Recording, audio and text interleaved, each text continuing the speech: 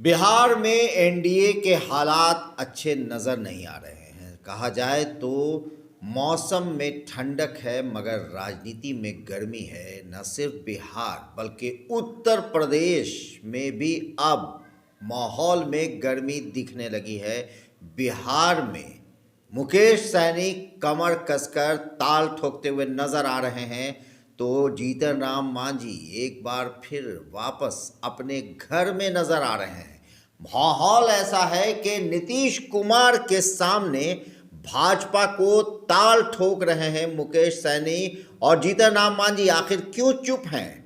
बिहार में आगे क्या होगा? या फिर मुकेश सहनी नीतीश कुमार के साथ ही आगे चलने वाले हैं, या फिर कहीं ऐसा तो नहीं कि बिहार की राजनीति कोई नया करवट लेने वाली है? नमस्कार, आदाब, सत श्री अकाल। लाइव नेशन 7 में आपका स्वागत है। मैं शादाब मलिक।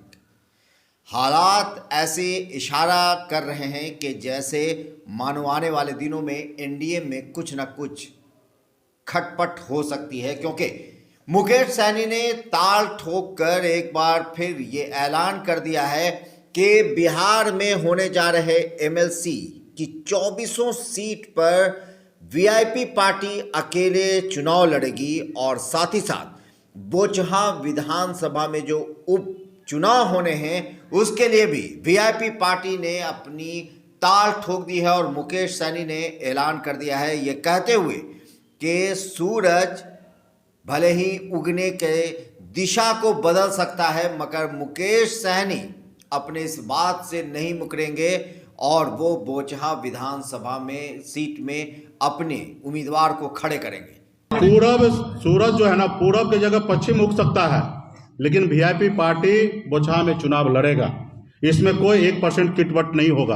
हाँ, जिस साथी 2020 में गठबंधन जो था, उस गठबंधन के तहत अगर साथी उसमें समर्थन देता है तो उनको स्वागत करेंगे, नहीं समर्थन देता तो भी उनको स्वागत करेंगे मैदान में।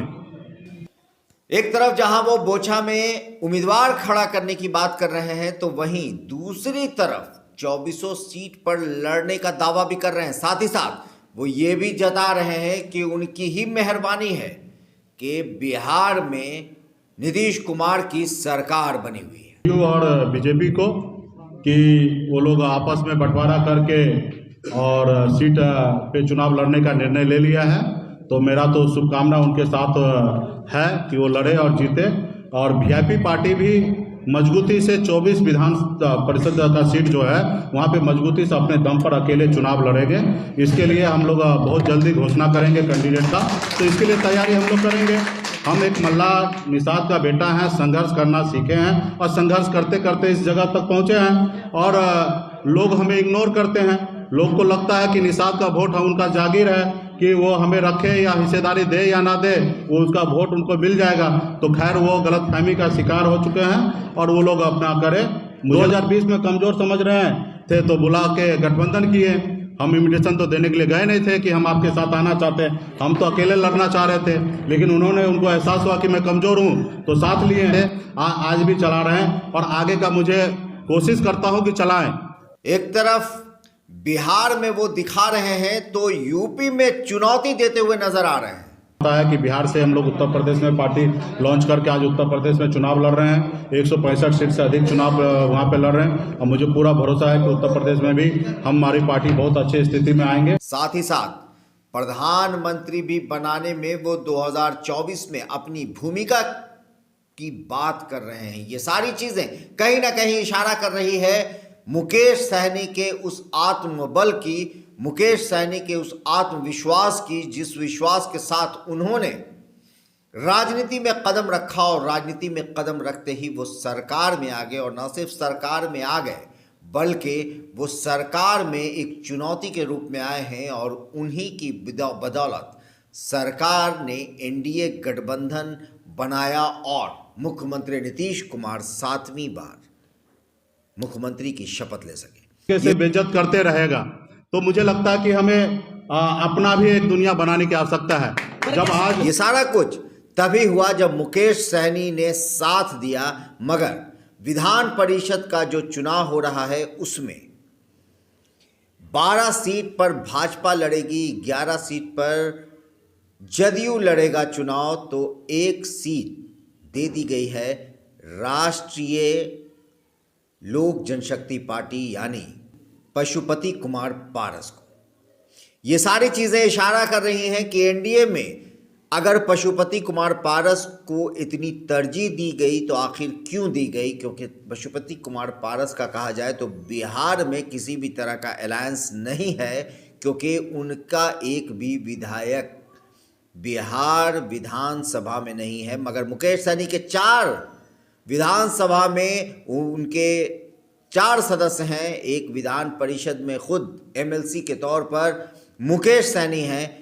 बात यहीं पर नहीं खत्म हो रही, बात हो रही है उत्तर प्रदेश चुनाव की, क्योंकि सारा कुछ जिस तरह से हो रहा है कहीं ना कहीं बिहार के एनडीए की तबीयत खराब होने का अंदेशा दिख रहा है। आने वाले दिनों में कुछ भी नया होने की संभावना बन रही है। मगर इन सब के बीच जो एक बात है वो ये है कि आखिर क्या वजह है कि मांझी इस रेस में शामिल नहीं है। वो 24 विधान परिषद सदस्य के चुनाव में एक भी सीट नहीं मांग रहे हैं। खबर ये आ रही है, जो हमारे सूत्रों से आ रही है, वो ये है कि जुलाई में 7 विधान परिषद की सीट खाली होने वाली है। उस सीट में से एक सीट जीतन राम मांझी को मिलने वाली है और शायद यही वजह है कि जीतन राम मांझी अभी इस 24 में कोई भी अपनी सीट की दावेदारी नहीं कर रहे हैं। मगर मुकेश सहनी ताल ठोक रहे हैं, और वो ताल ठोक रहे हैं तो ये भी अपने आप में कहीं ना कहीं, भले ही वो ये नहीं कह रहे कि वो अपना समर्थन वापस ले लेंगे, मगर वो ये बार बार कह रहे हैं कि उन्हें गठबंधन से बाहर कर दिया गया है। वहीं मुकेश सहनी इशारों ही इशारों में धमकी भी दे रहे हैं, क्योंकि उन्हीं की बदौलत 2020 में बिहार में सरकार बन सकी।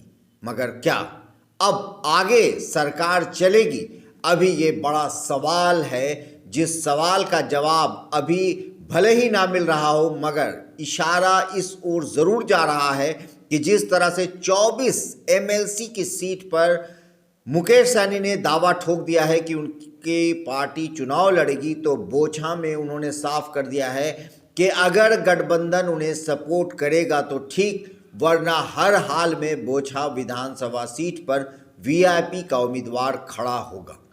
तो ये सारी चीज़ें कहीं ना कहीं एनडीए की तबीयत को इशारा करती हुई नजर आ रही है बिहार में, कि नासाज चल रही है। मगर उत्तर प्रदेश का जो माहौल है वो भी सियासत अपने आप में काफ़ी गर्म है, क्योंकि उत्तर प्रदेश में जदयू, भाजपा और वीआईपी जो कि तीनों गठबंधन का हिस्सा हैं, बिहार में उत्तर प्रदेश में अलग अलग चुनाव लड़ रहे हैं। ये सारी चीज़ें आने वाले दिनों में कोई नई कहानी कोई लिख सकती हैं। इन सब का इंतज़ार अभी रहेगा लोगों को, मगर अभी ऊँट चल रहा है।